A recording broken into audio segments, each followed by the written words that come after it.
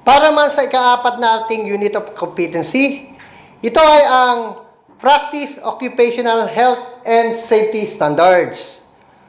Una dyan, identify hazard and risk, evaluate hazard and risk, control hazard and risk. Okay, kung mapapansin nyo yung hazard at risk na term na ulit doon sa tatlong yan. Identify as alamin. Evaluate, suriin. Control, pigilan. Ano nga ba ang hazard? Ano ang risk? Ano ang kaibahan ng dalawang ito? Halimbawa, to, simple lang to, no? Simpleng halimbawa to.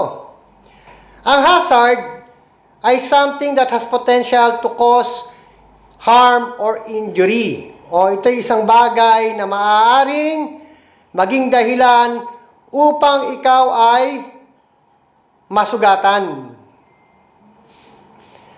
Ang risk naman, ito yung posibilidad ng injury o ito mismo yung resulta ng pagkakaroon ng hazard. Example, smoking can cause lung cancer. Oh, sino sa inyo naninigarilyo?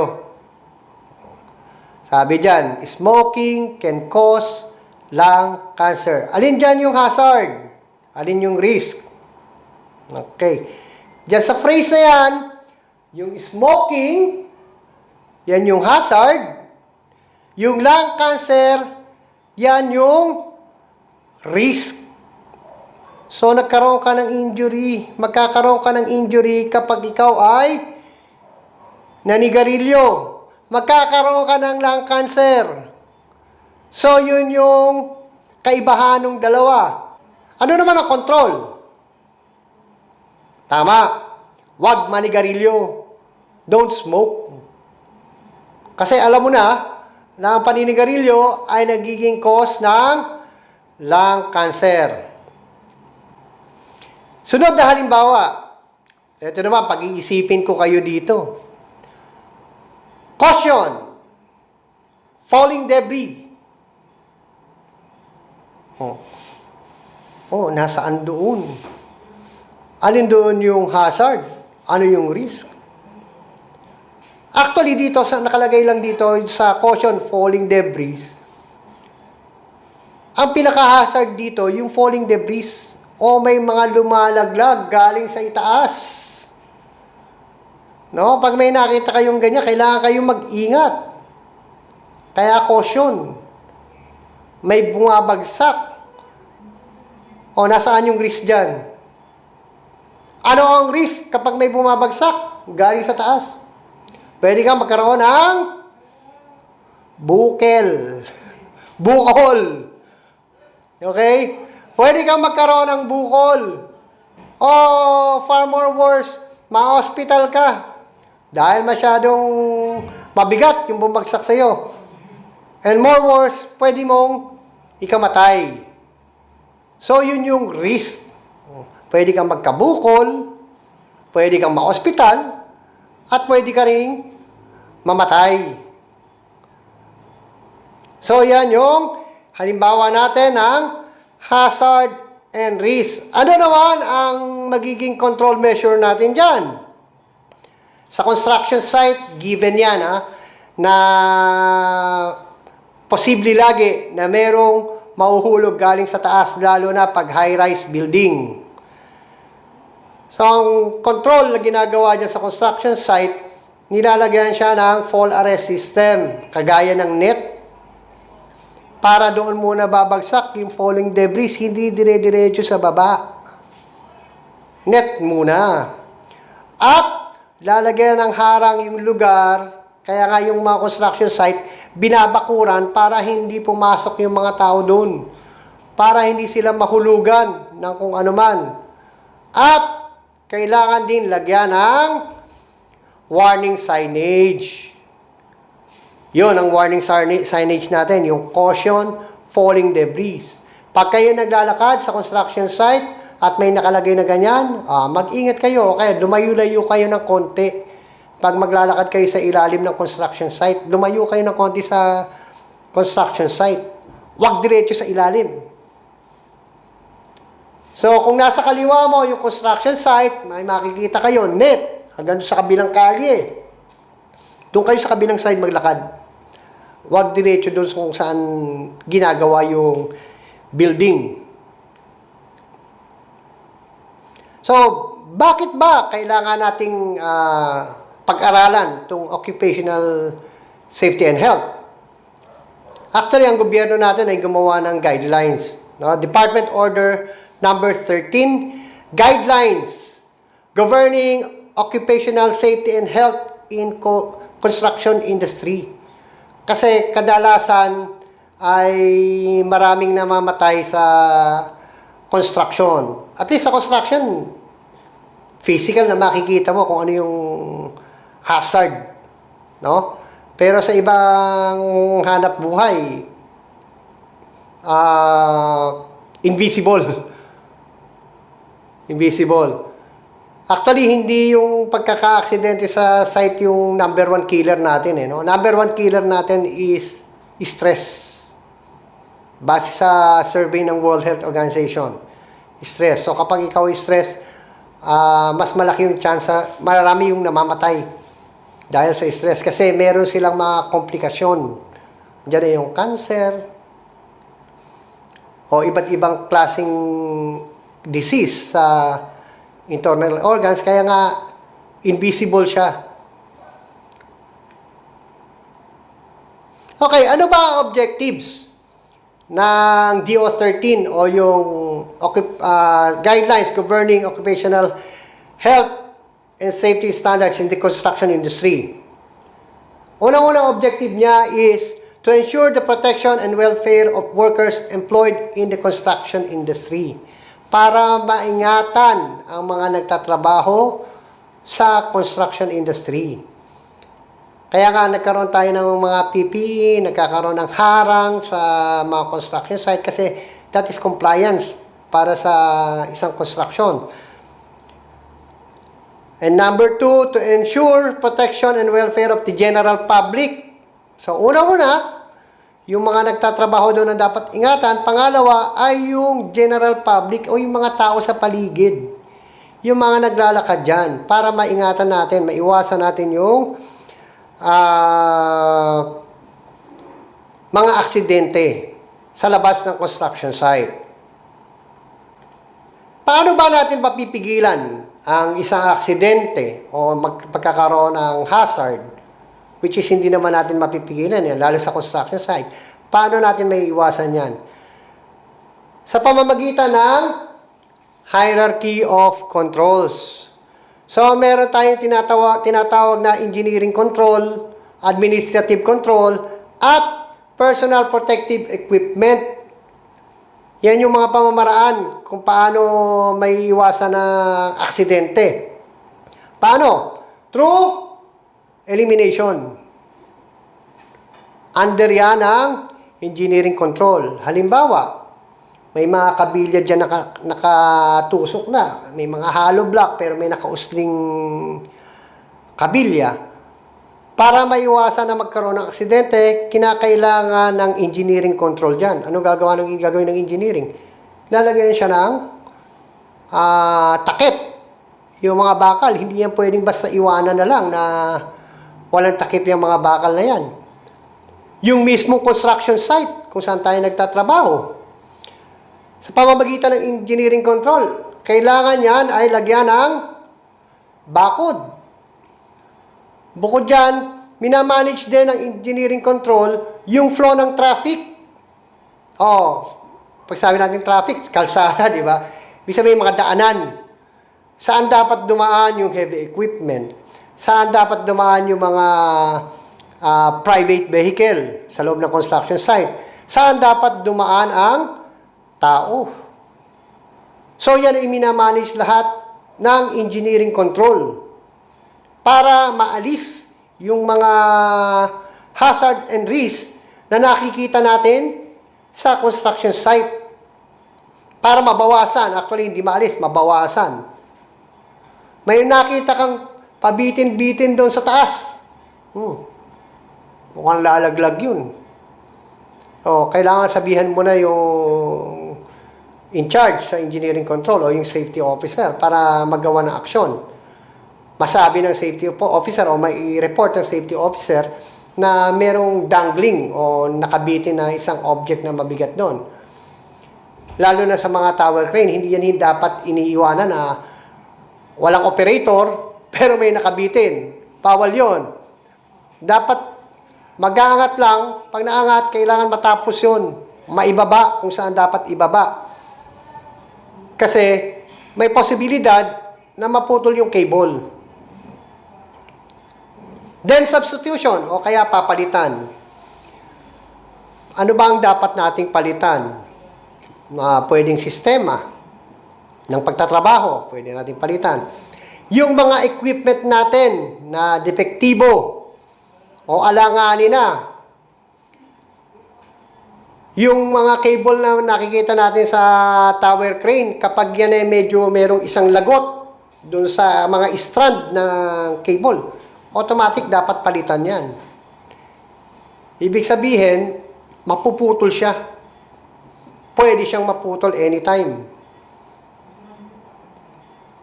So, aksidente, hindi naman talaga yan totoo. Nagkakaroon lang ng aksidente kasi merong nagpapabaya. So, yung mga bagay kailangan palitan. Harness. Kung yung lanyard o yung tali ng inyong harness is medyo pangit na, luma na, nagkakaroon na ng nagpuputol-putol na yung mga mga hilatsa ng lanyard ng harness, dapat yun ay pinapalitan na yung hindi yung harness yung lanyard ng harness. Kasi baka mamaya bigla kang mahulog, although nakakapit ka, pero yung lanyard mo pala mapuputol na o sobrang lutong na. Actually, ang lanyard, pag once na ginamit mo yan, hanggang 2 years lang talaga dapat yung lanyard yan kasi yan ay lumulutong. Lalo kapag lagi kang exposed sa init. Yung magamit yan is laging exposed sa init. Ang tendency niyan is lumutong. So, dapat yan ay pinapalitan. At tulad namin sa mountaineering, no? Kapag ang lubid namin ay 2 taon na, yung mga static cable namin, o static rope, hindi na namin ginagamit yan. Binebenta. Kaya mapapansin nyo pag tumingin kayo sa online ng mga dynamic at saka static rope, puro nakasale. Kasi mga luma na yun. Hindi na yung ginagamit pang rappelling. Ganun din naman sa construction. No? Yung mga lubid na matatagal na, dapat yan ay pinapalitan. At yung mga yan, lahat ng bagay na yan ay nasa engineering control. So, minsan, sa engineering control din, yung tinatawag nating isolation o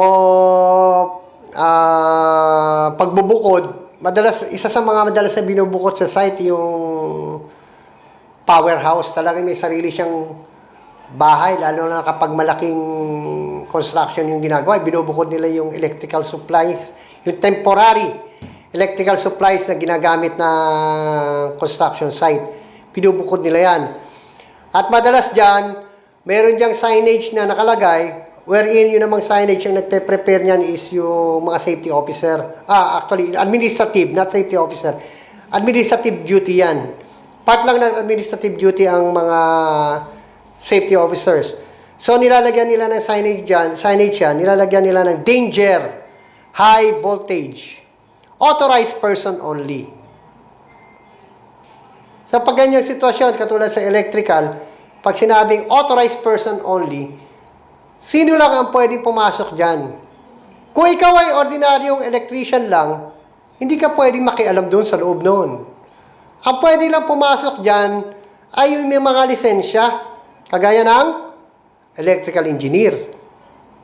Yan. Master electrician. Okay, hindi pwedeng master electrician lang ha, yung kunwari master electrician o magaling na, matagal ng electrician. Hindi ganon. Ang master electrician kasi, may lisensya yan kapareho ng mga electrical engineer. Ang board exam nila ay pareho. Kumukuha din sila ng board exam bago sila maging master electrician. Bukod sa certificate nila na galing sa TESDA. Ipe-present nila yan para maging master electrician at saka may review. Mag-aaral ka talaga pag master electrician ka. Then, administrative control. Ano naman ang hawak ng administrative control? Okay, change the way people work. Kung paano magtrabaho ang mga tao. Kailangan maging maingat ang bawat isa sa pagtatrabaho. Para ma-change how people work o paano ma-change yung kung paano magtrabaho ang isang tao, nagko-conduct ng ano yung meeting na madalas na ginagawa bago magsimula ang trabaho? Toolbox meeting. So, kinakailangang magkaroon ng toolbox meeting. That is administrative control.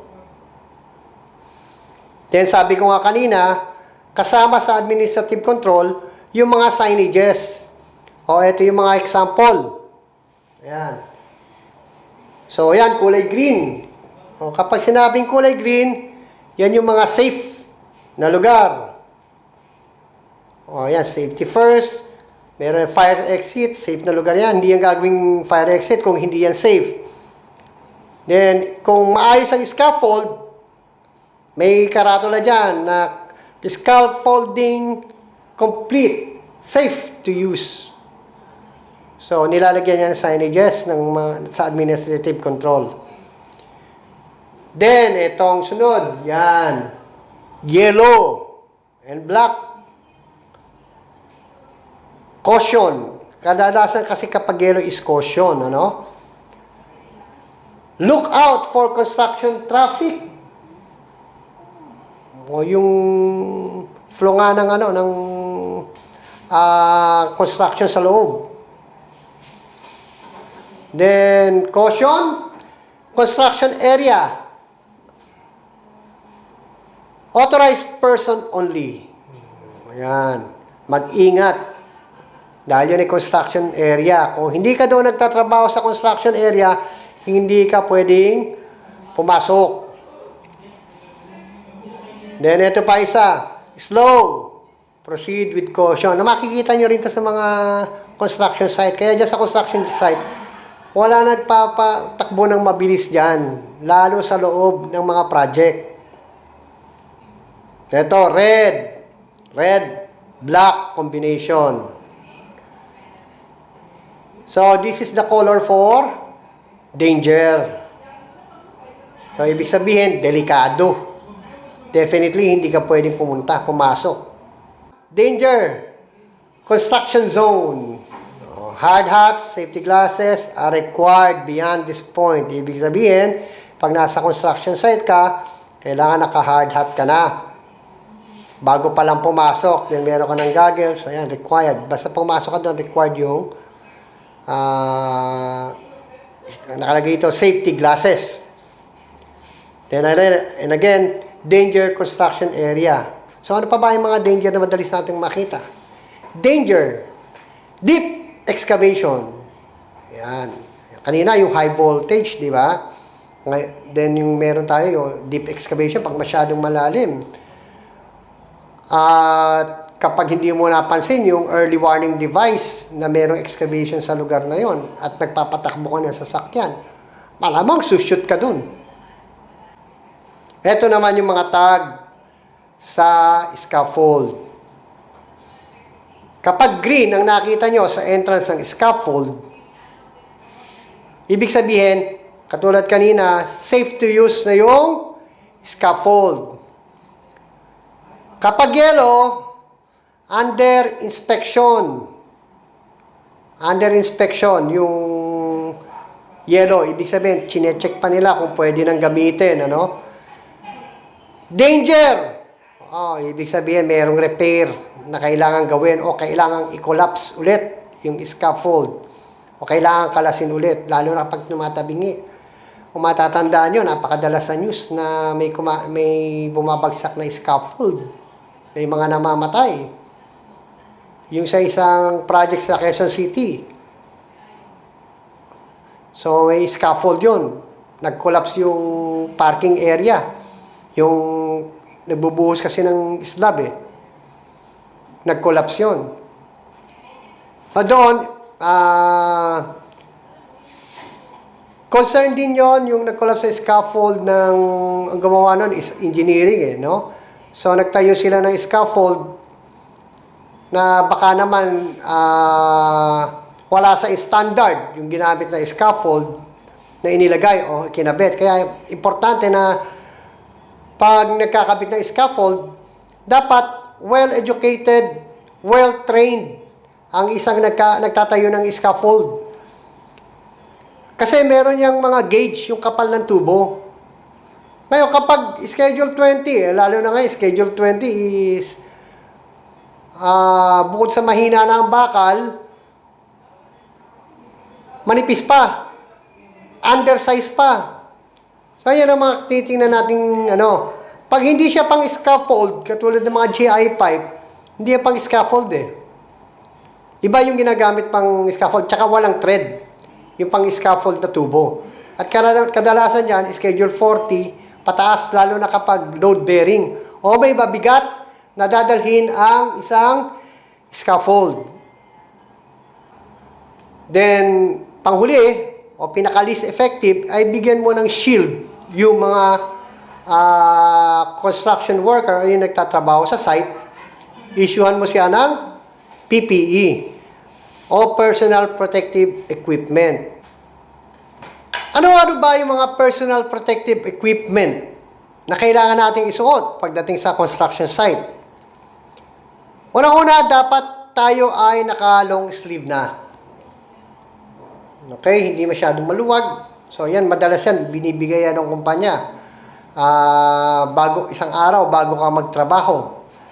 Then, kailangan ikaw ay nakapantalon. Hindi yung hindi yung satin o hindi yung mga pang-formal na pantalon. Maong ang pinaka-advisable. Actually, ang maong, yan ay ginawa para sa mga minero nung araw. Ngayon, ginagamit na yan sa construction kasi protection yan para hindi ka agad basta-basta masusugatan sa yung binti. Then, syempre, ito madalas nating hindi nakikita, no? Na kinakailangan nating magmedyas. Pero kasi hindi nagme-medyas sa sapatos, tapos mamamaho ang paa. Alam niyo kung bakit? Bakit na bumabaho ang sapatos pag hindi nagme-medyas? Kasi yung pawis, naiipon doon sa pinaka, tawag doon, yung pinakatapakan natin sa loob ng sapatos, no? Naiipon yung pawis doon. Eh, ang pawis, kapag yun na nabubulok, binabahayan ng bakterya yan. Kaya bumabaho ang paa. Kaya kahit ano gawin mo, labahan mo yan, hanggat andoon yung bakterya niyan, babaho ang iyong paa. At ang mahirap dyan, lumala yung pagbaho ng paa mo, mag-eksema pa yan. O magkaroon ka ng alipunga. At habang yung pa rin ang gamit mo sapatos, hindi yan gagaling.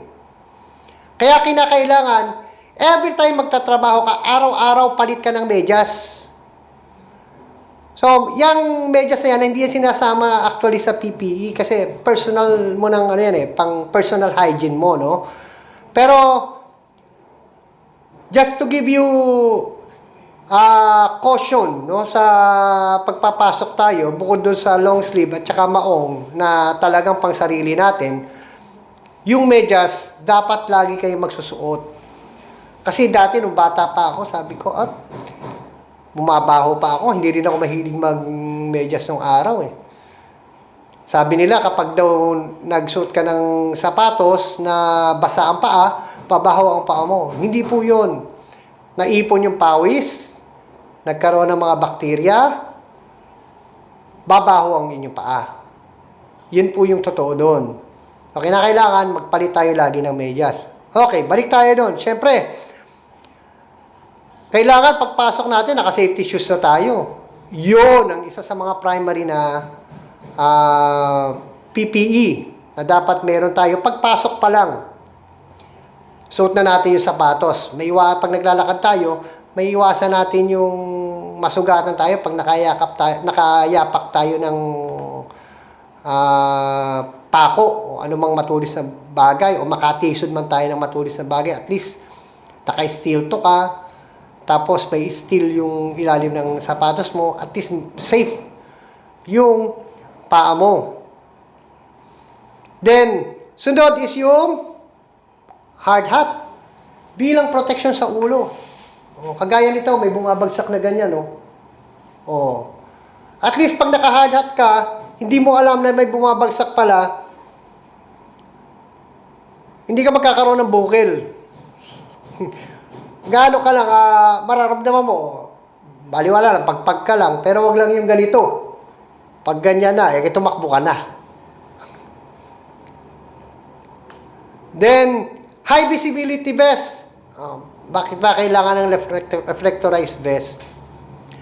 Alam nyo, pag kasi naka-reflectorized vest ka, araw man yan o madilim sa lugar, mas madali ka makita. Lalo na nung mga operator ng mga heavy equipment sa hapon. Nagre-reflect yan, nagbabalang sa yung liwanag eh.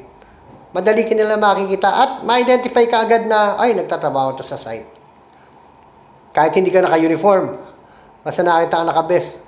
Ayan. So, para madali tayo makita, kaya nga high visibility vest or reflectorized vest. Then, non-slip gloves. Okay, nung araw kasi ang gloves is madulas. Ngayon, meron ng rubber. Yung mga gloves, kagaya niyan. Yung mga may dots. So, okay yan. Gamitin ng mga mason. Karpintero, actually, merong ibang gloves ang karpintero dapat. Yung medyo matipis lang, madaling pangkapa ng pako. Pero rubberized pa rin siya. So, protection pa rin siya para hindi nag-i-slip yung mga hawak niyong bagay. Goggles. Okay, protection sa mata. Importante yan. Naingatan natin ang mata. Yung mga pako na yan, no? Delikado yan. Kahit nagpupukpok ka, minsan bigla na lang tumatalsik. Especially yung concrete nail. So, kailangan mong maglagay ng goggles, magsuot ng goggles. Lalo kapag gumagamit ka ng mga tools, electrically operated tools, kailangan magsuot ka ng goggles. Then, ear muff. Kung sakaling sobrang ingay doon sa lugar na pinagtatrabahohan mo, lalo na kapag gumagamit ng jackhammer, kasi meron lang tolerance yung eardrum natin eh. Kung hanggang ilang decibel lang ang pwedeng ma-absorb ng ating eardrum. So, kailangan nating mag-ear muff o kaya earplug. Pero mas maganda ang ear muff kaysa sa earplug kasi ang earplug kasi binabahayan din yan bakterya. Hindi mo yan pwedeng gamitin araw-araw na isa lang ang gamit mo. Kailangan yan. Disposable yan. Yung ear muff at least magagamit mo from time to time. Then, pagkatapos mo, sabit lang dito. Hindi kagaya ng earplug na ganyan. Tatanggalin mo pa. Hassle. Then, bibilutin mo ulit bago mo isaksak sa tenga mo. So, mas advisable na gumamit ng ear muff. Gas mask or respirator. So, pag gas mask kasi kapag lanong mga mga may chemical na yung ginagawa natin. Kasi mayroon dito, katulad dito sa Cavite, may isang kumpanya rito na may mga nagtatrabaho sa gawaan ng mga bahay na ine-export sa Japan, nilulubog nila sa chemical yung kahoy para maging fireproof at saka moisture proof yung kahoy. Doon sila nagtatrabaho. So, ang ginagamit nila doon actually is respirator. So, depende sa trabaho mo kung kinakailangan mo talagang gumamit ng respirator. Then, face shield. Protection, lalo na yun. Panahon na to. Excuse me. Again. Then yun, face shield. Yan.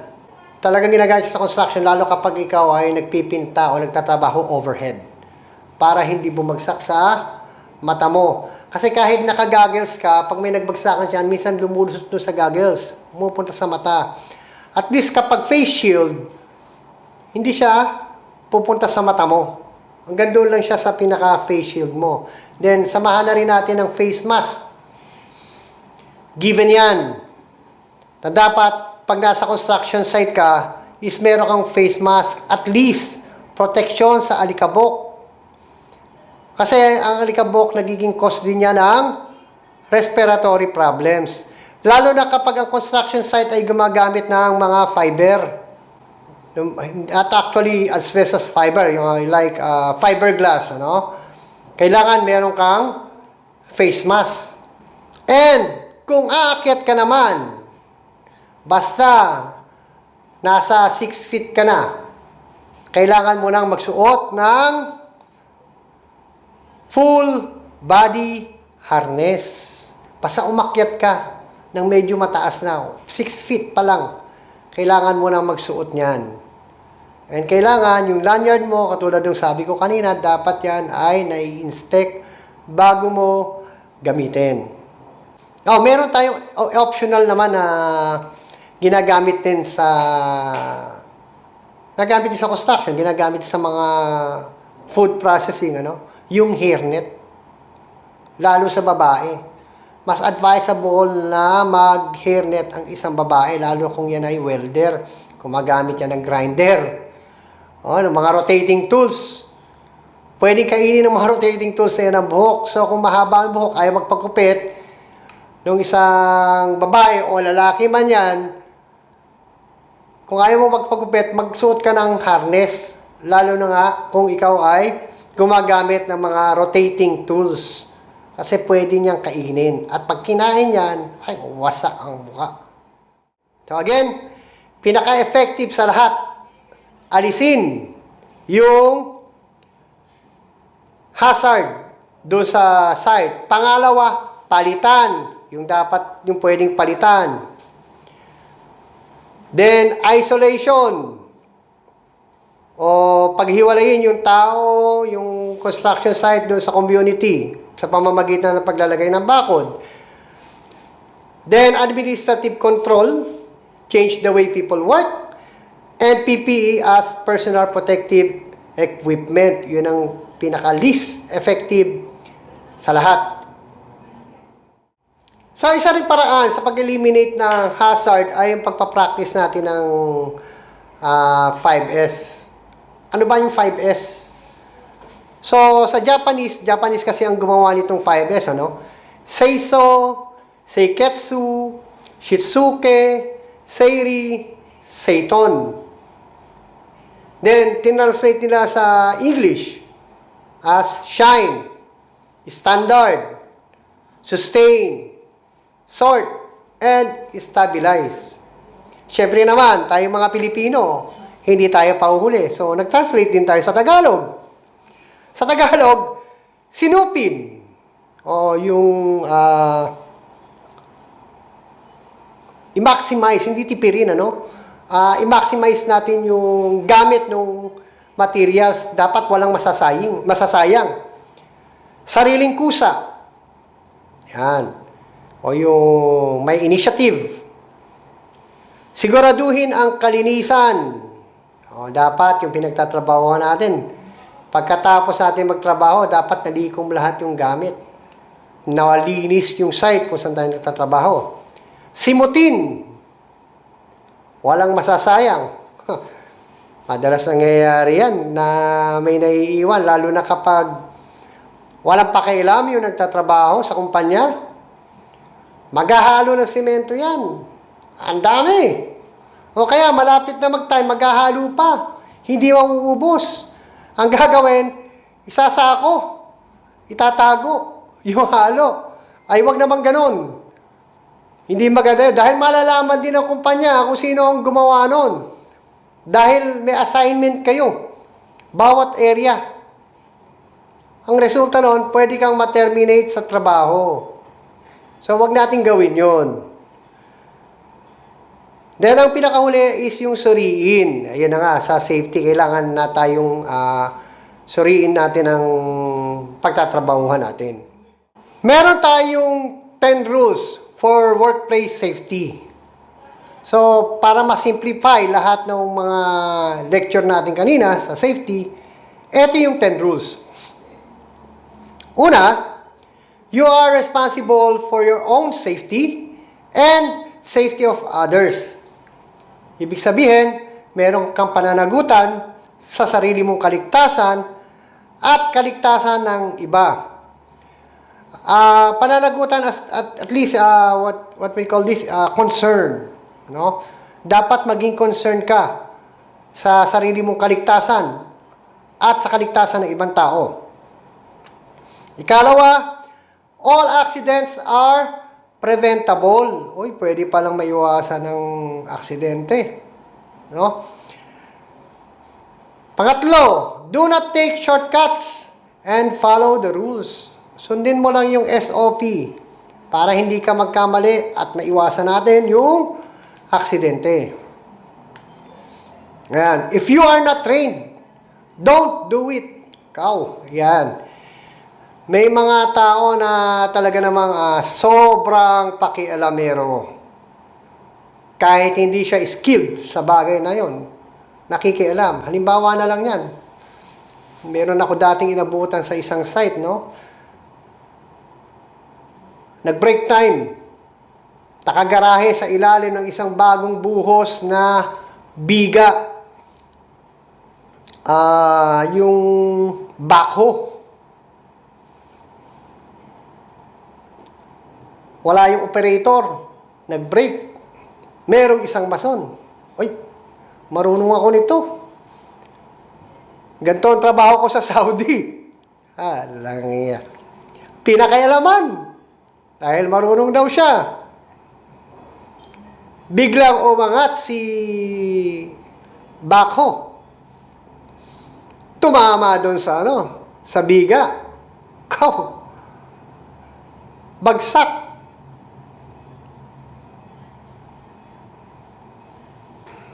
So, malaking gastos, malaking aberya. Hindi ko din alam bakit doon inilagay yung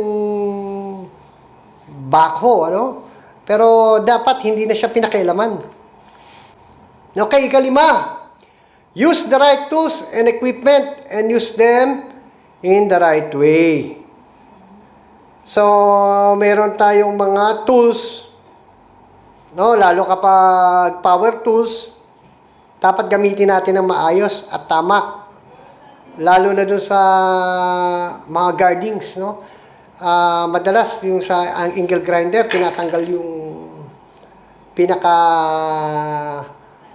tapalodo niya o yung pinaka cover.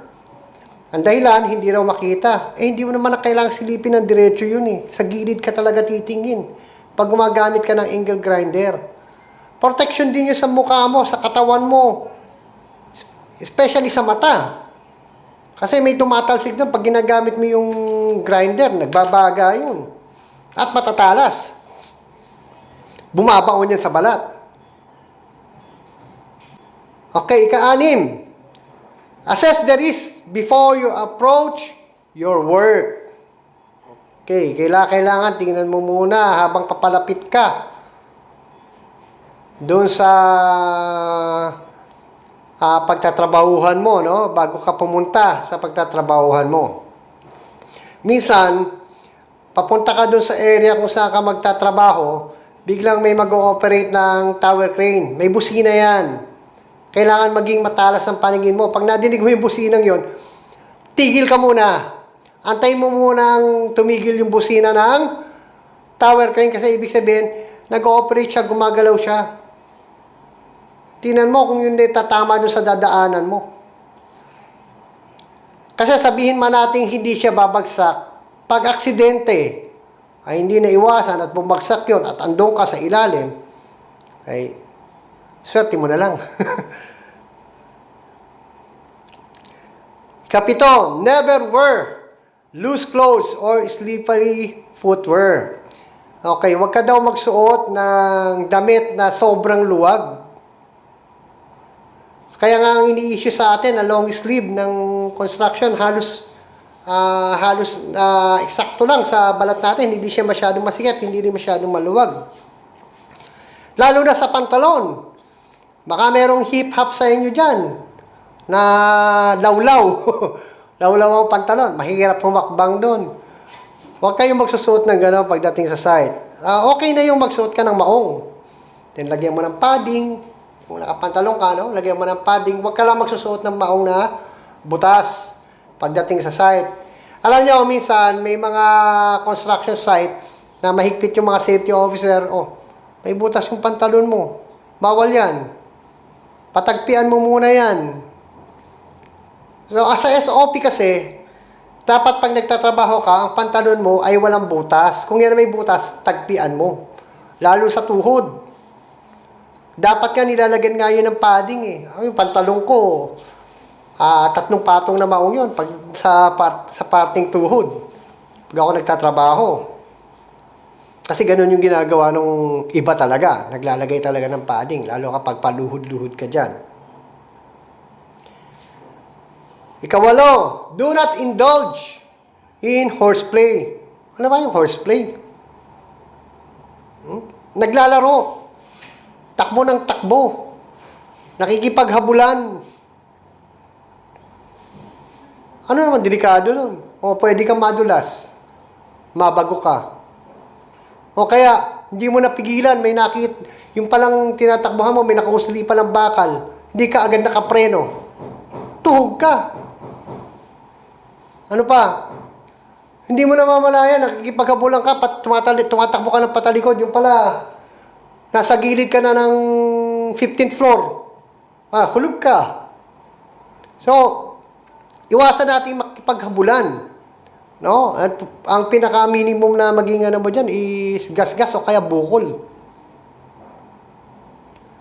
Then 9, ikasyam natin is practice good housekeeping. So, kailangan nililinis natin. So, lalo na kapag may mga pako-pako na nakakalat niyan sa area natin, dikumin natin. Kaya nga, kailangan nating sinupin. No? Sayang yun, pwede pa natin magamit yung mga pako na yan. Minsan nga, yung baluktot na, ididiretso pa, di ba? So, kung pwede pa naman gamitin yung mga pakong yun, recycle lang. Ipunin natin. Huwag na natin hayaan pakalat-kalat. Ngayon, yung mga alikabok niyan, dapat niyan isa ako kung may mga alikabok. Kasi yung alikabok, alam nyo, hazard yan. Bakit nagkakaroon ng pneumonia yung iba? Bakit nagkakaroon ng respiratory disease yung ibang construction worker? Kasi, yung alikabok sa site, ando na yun eh. Ngayon, yung lugar na pinagtatrabaho, kailangan dikumin para hindi na lumipad yung mga dust o yung mga debris ng mga simento, ng lupa, hindi na siya lilipad-lipad kapag humangin. And pinakalas, always wear PPE. So, yan ang lesson natin sa basic competency.